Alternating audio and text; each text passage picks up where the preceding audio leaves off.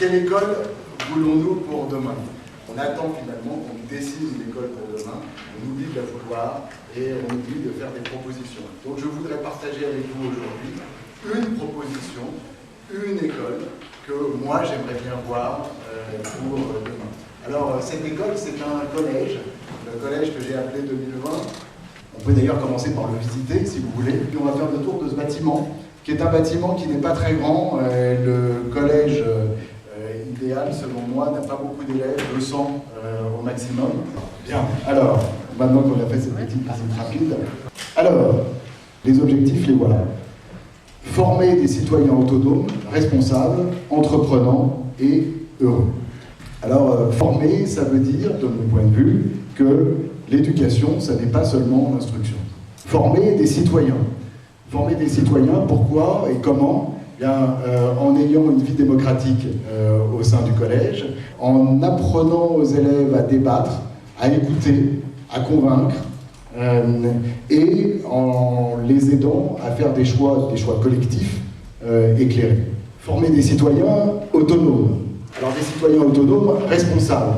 Ce sont des citoyens qui sont solidaires, entreprenants. Et enfin, peut-être le mot le plus polémique, heureux.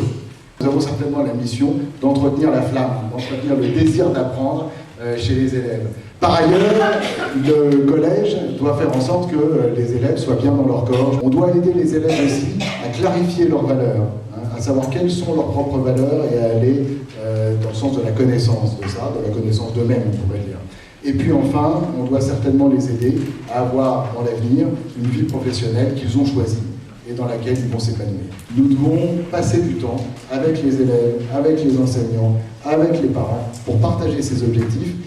Et d'ailleurs, ma proposition, c'est qu'on en fasse un contrat et que ce contrat soit signé par tout le monde.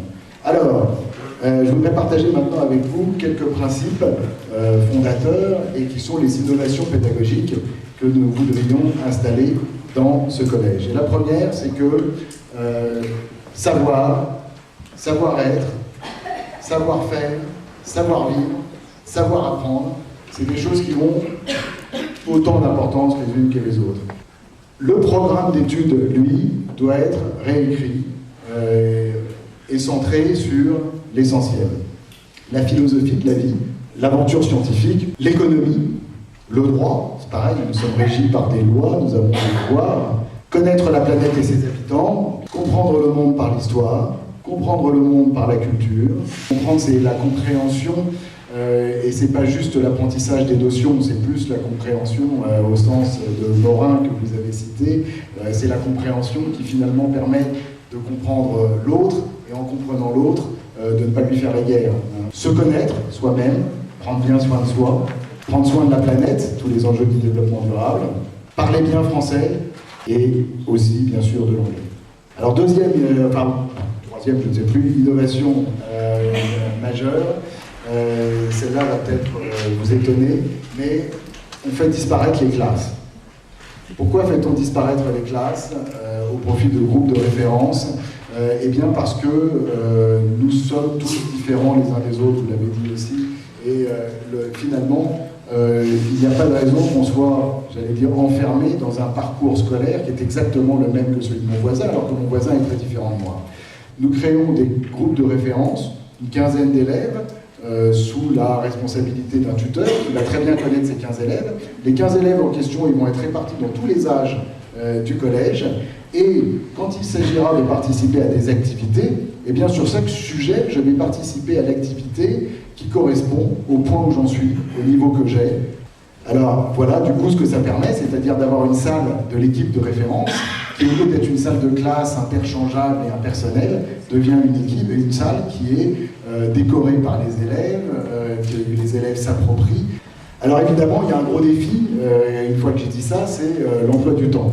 Il faut certainement avoir quelqu'un dans l'équipe du collège qui soit responsable de l'organisation de l'emploi du temps, et puis il faudra créer un logiciel qui permette de gérer à la fois le temps et l'espace. Donc ça, c'est un travail qui reste à faire. Mais passons peut-être plus justement de temps sur les dispositifs pédagogiques. Le premier, les travaux personnels accompagnés. La conférence, c'est le contraire. On peut tout à fait imaginer que sur un sujet de transmission, On est un conférencier, un seul, qui vous explique de manière performante et qui, en 1 heure, 2 heures, fasse un point complet, performant sur le sujet. Les ateliers, ce sont des moments de production. Le projet, ça va être un dispositif qui va s'étaler dans le temps. Les échanges de savoir, très important. Et puis enfin, la semaine à thème. Et alors là, vous avez l'idée d'une semaine qui serait entièrement consacrée à l'anglais. Et ben pendant une semaine, tout se fait en anglais, on parle tous en anglais, on n'est que en anglais, quel que soit le niveau d'anglais des uns et des autres. Je vais vite là-dessus, puisqu'au fond, c'est un petit peu tout ce que je viens de vous dire, mais le maître mot de tout ça, c'est l'autonomie. Il faut à la fois enseigner l'autonomie et mettre les enfants en position d'être autonomes, l'idée étant d'être auteur de ces apprentissages et de ne pas les subir. Alors, cela passe par une nouvelle manière d'évaluer les élèves. L'idée est de dire à un élève qui rentre au collège, voilà le programme qui t'attend. Voilà ce que nous attendons de toi. Et alors, c'est une forme de liste et que nous avons appelée les UCS, les unités de compétences et de savoir. Et le collège est terminé quand on a coché les cases, finalement. Du coup, le parcours de l'élève se fait en 3, en 4, en 5 ans, en fonction de sa rapidité, de son rythme. Et puis la deuxième chose, c'est que c'est pratiquement la fin du contrôle et des notes. Pour tout ça, il faut des profs qui sont des animateurs et des pédagogues, c'est-à-dire qu'ils ne sont pas les héros de leur matière, mais qui sont des spécialistes de l'enfant. Voilà. Et tout le personnel est en position éducative. Les espaces doivent être organisés en fonction de ça, doivent respecter le développement durable, bien sûr, mais doivent être aussi emblématiques d'une pédagogie du développement durable. Alors dans ces espaces, on va trouver le studiolo, c'est-à-dire l'espace où l'élève va pouvoir travailler tout seul. On va trouver à l'inverse le grand hall, où on va faire les expositions des travaux des élèves. On va trouver et la salle des éducateurs, où, comme il faut qu'ils passent beaucoup de temps pour faire tout ça avec les élèves, eh bien, ils ont un bureau chacun. Là, il y avait marqué la démocratie, normalement. L'idée est simplement de faire participer les élèves à la vie démocratique du collège. Et de mettre toujours les élèves en position de dire ce qu'ils ont à dire. Et je vous remercie beaucoup de votre attention.